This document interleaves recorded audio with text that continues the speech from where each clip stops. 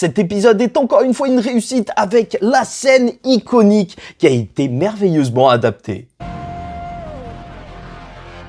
Mesdames et messieurs, ici Chad sur la chaîne secondaire série Chad le Phénix pour vous parler de l'épisode 2 de cette première saison de Kaiju numéro 8. Le Kaiju qui extermine ses pairs et bien sûr on retrouve notre très cher Ibeno Kafka qui est notre personnage principal plein d'humour et franchement cet épisode est un épisode encore une fois de démarrage parce qu'on adapte que du chapitre 3 au 5 il me semble donc on a juste un petit peu de chapitre mais purée qu'est-ce que c'est bon vraiment le rythme et c'est ça qui fait la force aussi de cette série, Kaiju numéro 8. Je sais que ça peut déplaire à certains, qu'on n'a pas forcément plein de questionnements sur la transformation de Kafka au début, et en tout cas ça va venir petit à petit, et c'est déjà présent tout de même, mais je trouve que ça rajoute au rythme, et tu rentres dans la série directement, et c'est ça qui fait aussi la force de ce titre, et c'est pour ça que je crois en Kaiju numéro 8. Vraiment, tu regardes cet épisode 2, tu sens que cet anime, c'est un banger. Rien qu'au niveau, justement, des openings, l'opening est très très marrant, je sais pas pour vous, mais il a cette vibe de vieille opening des années 2000, avec des images de synthèse et compagnie, t'as l'impression qu'ils essayent de faire un truc cool, super animation, mais en fait, ça fait très, très kitsch en vrai, ça fait super vieux, t'as l'impression que c'est un vieux truc qui a été fait il y a super longtemps. Après, la fin, je trouve que de l'opening, elle fait carrément live action, t'as l'impression que un truc qui est en train d'arriver réellement, c'est juste génial, t'as l'impression que c'est une bande-annonce pour un film, mais surtout l'ending avec la musique de One Republic, moi je kiffe le groupe, donc je trouve que ça marche extrêmement bien. Vraiment, qui pourrait penser qu'un grand groupe américain comme ça ferait l'ending de Kaiju numéro 8. Ça montre à quel point les animes sont puissants de nos jours, oui. Tu te rends compte ou pas?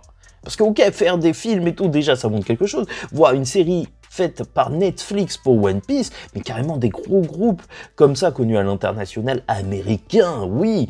Donc faire les openings et les endings donc d'une grande série comme Kaiju numéro 8, c'est juste génial. Vraiment, à quand le Kendrick Lamar qui nous ferait l'ending de Jujutsu Kaisen? À quand? Enfin bref, donc là, on a une belle animation pour cet épisode 2. IG Productions gère toujours autant, aussi bien dans l'épisode 1 où la transformation de Kafka était magnifique. Là, on suit ça. Là, le punch de Kafka, c'est un des plus gros punch d'anime, mais ça, on va en parler en détail avec des OST toujours aussi bien placés. Voilà, ils ont travaillé les openings et les endings en plus de ça. Mais bien sûr, ça va être un épisode qui va surtout nous raconter la situation de Kafka désormais. Un Kafka qui va rester plein d'humour tout le long de l'épisode. Et si vous me connaissez un petit peu pour les différentes reviews que j'ai faites, bah, en même temps, je kiffe. Hein, c'est un mec un petit peu vieux, qui a beaucoup de regrets et qui donc vit de manière un petit peu décalée par rapport aux autres. Enfin, tu vois qu'il est complètement à l'ouest, il est super marrant et c'est ça que je kiffe avec le personnage de Kafka qui va donc suivre directement sa transformation après cet épisode 1. Là, t'as la panique un petit peu, le petit vieux qui est en train de voir un kaiju et qui se dit que c'est la fin, tu vois, genre c'est n'importe quoi, il y a un kaiju qui est dans une chambre et alors que Kafka il essaye de sourire, tu vois, qu'il tombe dans les pommes et ça c'est juste génial, t'as plein de scènes comme ça lors de cet épisode. Et purée, qu'est-ce que ça respire la bonne humeur, malgré qu'on parle d'un monde où il y a des attaques de kaiju, et encore une fois, c'est très bien montré, en fait, ce côté aussi quotidien des attaques de kaiju. Il y a un mec, carrément, il rentre chez lui, il entend l'alarme, c'est un petit détail, mais ça te met dans l'ambiance de cet univers, il fait, oh purée, il pourrait pas baisser le son, et sa femme, elle fait, mais rentre vite, donc sa mère, je sais plus quoi. Et ça, c'est juste génial. Tu sens qu'en fait, c'est palpable dans cet univers. Ils ont l'habitude de ces attaques de kaiju. Alors que la fille, donc, qui a fait cette promesse, enfin, à qui Kafka a fait cette promesse, va aller l'attaquer. Et tu t'attends un grand moment. Bien sûr, parce que il y avait toute cette histoire de rêve aussi, qui est un énorme regret de Kafka. C'est un personnage qui, en fait, cache derrière son grand sourire ses petites vannes et tout, beaucoup de regrets. Et c'est ça qui le rend peut-être aussi attachant. Enfin bref, donc il va essayer de s'enfuir, mais surtout, il va se rendre compte qu'il y a un kaiju qui est en train d'attaquer, et c'est là où, en fait, là, c'est super intéressant, parce que sa transformation, certes, voilà, t'as d'un côté comique, son corps, il devient n'importe quoi, il mange un oiseau vivant, tu vois qu'il panique même pas, il fait « Oh, regarde, c'est dégueu !» Tu vois, il pisse par les tétons, ça n'a absolument aucun sens, et c'est juste génial. Parce que en fait, c'est un petit peu une réaction, je trouve, que personnellement, j'aurais pu avoir. Tu vois, avant même de paniquer, tu te dis, mais c'est complètement zinzin ce qui est en train de m'arriver. Et c'est ça qui est trop cool avec le personnage de Kafka, c'est que il a ce côté un petit peu vibe réaliste. Tu vois, directement, il se dit pas, oh, je vais utiliser cette puissance pour faire le bien ou je sais pas quoi. Non, pas du tout. Le mec, il regarde, il fait juste ça. J'ai envie de pisser, mais comment je vais faire? Tu vois, où il est mon truc? Tout simplement. Enfin bref, donc il va certes utiliser ses pouvoirs donc dans un bon et grand but, étant donné qu'il va se retrouver face à ce kaiju dans une scène qui marche extrêmement bien. À chaque fois, là, les kaiju, et je trouve que c'est super bien fait, parce que si, en fait, voilà, la semaine dernière, je vous ai dit que les dessins, c'est pas forcément qui m'intéressait le plus dans Kaiju numéro 8, bah, c'est vrai que les kaiju, eux, ils étaient extrêmement bien représentés, et là, l'anime, mais il tabasse, hein, vraiment, l'anime, il réussit à sublimer le manga, parce que t'as vraiment ce côté horrifique, quand tu vois cette petite fille et cette mère face à ce kaiju qui est monstrueux. Et l'arrivée de Kafka, elle est vraiment héroïque et flippante en même temps. Tu vois la gamine qui continue de pleurer, et donc Ishikawa qui se retrouve à cet endroit-là pour les rassurer un petit peu. Puis le point de Kafka, quand il se donne à fond, c'est juste magnifique. C'est peut-être la scène iconique de Kaiju numéro 8, quand il charge cette supercute avec l'OST, toute l'ambiance et surtout cette direction artistique très lumineuse à travers un côté très néon, tu vois, qu'on reconnaît et qui fait un petit peu la marque de Kaiju numéro 8. Et ça, je trouve ça génial parce que c'est super bien retranscrit. Ça a aussi cette vibe Godzilla et compagnie. En fait, c'est la vibe Kaiju, tu vois, c'est néon coloré dans le noir. Donc son point qui va juste éclater le kaiju, mais qu'est-ce qu'il est satisfaisant ce point, tu vois le corps, les viscères de ce kaiju qui vont juste exploser partout et cette pluie de sang, mais ça rend l'image hyper iconique. Vraiment, s'il y a une page, pour moi en tout cas, de Kaiju numéro 8 qui était hyper iconique, c'était bien celle-là, et ils l'ont super bien retranscrite.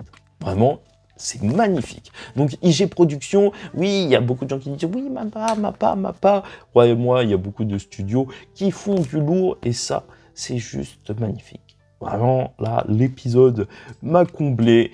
Et donc, alors qu'il était un petit peu déçu parce que il se disait qu'il ne pourrait pas réaliser son rêve, donc rentrer dans les forces spéciales afin d'affronter les kaiju, réaliser sa promesse qu'il avait faite depuis longtemps, là, il se rend compte qu'il a réussi à rendre heureux une petite fille de la même manière qu'il l'avait fait avec son ami d'enfance. Et il compte bien tenir cette promesse en allant affronter les kaiju, quoi qu'il en coûte, même si ça risque d'être très dangereux parce que bien sûr, c'est une base militaire où ils vont tester et faire donc leur grande épreuve et il va se faire possiblement remarquer. C'est un petit peu dangereux, oui, vu qu'il contrôle pas trop sa transformation. Et c'est donc le lendemain qu'on va les retrouver avec les résultats de la première épreuve.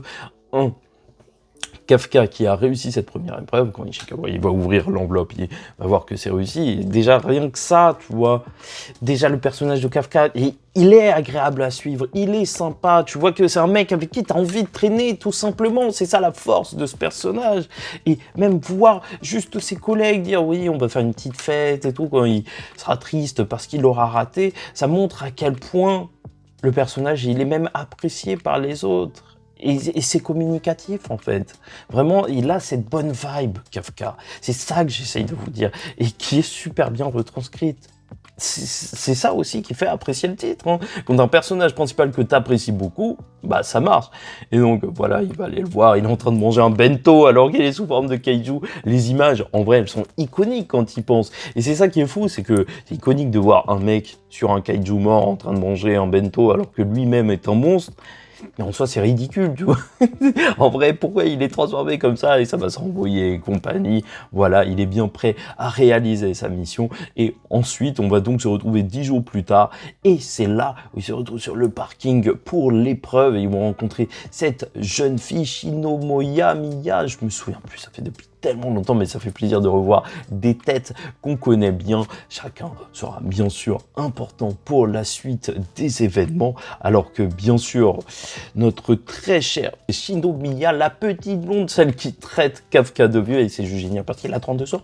Oui, c'est un vieux pour elle et elle va utiliser une sorte de combinaison et elle a une puissance surprenante. Alors que Kafka, lors de ce début d'épisode, on voyait qu'il avait une puissance ingérable, tu vois, dans l'hôpital. À chaque fois qu'il essayait de toucher un truc, il pétait tout. Elle aussi, grâce à cette armure, apparemment, elle chasse les kaiju comme passe-temps. Son nom est connu, donc vu que son nom il est connu, on peut s'attendre à ce qu'elle fasse partie d'une grande famille ou autre. Voilà, nous n'en dirons pas plus, on a lu le manga.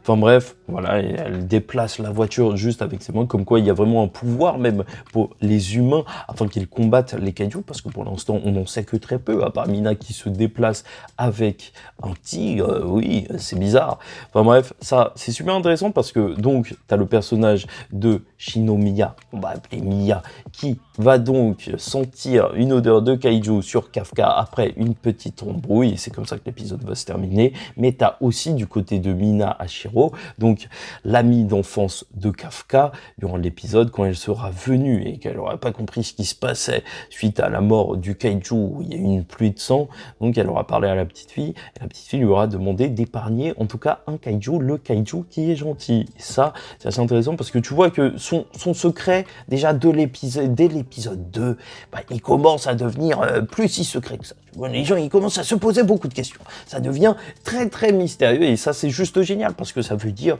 tout simplement que on perd pas de temps, encore une fois, parce que c'est ça aussi qui peut être dérangeant quand on lit beaucoup de shonen, c'est voir des schémas répétitifs et surtout voir toute la construction qui se fait petit à petit. Et tu sais très bien qu'au bout d'un moment, il va y avoir au moins une personne au courant d'un grand secret. Mais là, tu vois que ça avance plutôt vite. Les gens, ils commencent déjà à se poser des questions. Et quoi qu'il en soit, je trouve que le duo entre Reno Ishikawa, donc le jeune, et Kafka Hibino, il marche extrêmement bien. C'est en fait un duo qui a été bien installé dès le premier épisode, et dans cet épisode 2, il marche encore mieux parce que voilà, c'est des personnes qui partagent le même rêve, qui ont le même job, et Hibino Kafka, il a été son senpai, il lui a même sauvé la vie, donc rien que pour ça, il pourrait devenir pote. Mais en plus de ça, maintenant, vu qu'ils partagent un énorme secret, ils sont dans la confidence, ils travaillent ensemble, voilà.